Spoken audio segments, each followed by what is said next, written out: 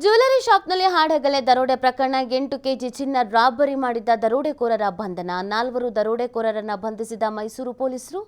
ಚೋಟು ಸಿಂಗ್ ಪಂಕಜ್ ಸಿಂಗ್ ಹರ್ಮನ್ ಸೋನು ಸಿಂಗ್ ಬಂಧಿಸಲಾಗಿದೆ ಹುಣಸೂರಿನಲ್ಲಿ ಡಿಸೆಂಬರ್ 28ರಂದು ನಡೆದಿದ್ದಂತ ದರೋಡೆ 11 ಜನ ದರೋಡೆಕೋರರ ಪೈಕಿ 4 ಆರೋಪಿಗಳನ್ನು ಬಂಧಿಸಲಾಗಿದೆ ಒಡಿಶಾದ ಕಟಕ್ ಜೈಲಿನಲ್ಲಿ ತಪ್ಪಿಸಿಕೊಂಡಿದ್ದ ಓರ್ವ ದರೋಡೆಕೋರ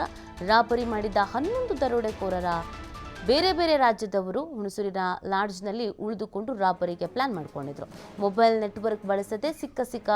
ಫ್ರೀ ವೈಫೈವನ್ನು ಬಳಸಿ ಸಂಭಾಷಣೆ ಮಾಡಿಕೊಳ್ತಾ ಇದ್ರು ಮೈಸೂರಿನಲ್ಲಿ ಎಸ್ಪಿ ಮಲ್ಲಿಕಾರ್ಜುನ ಬಾಲದಡ್ಡಿ ಸ್ಟೇಟ್ಮೆಂಟ್ ಕೊಟ್ಟಿದ್ದಾರೆ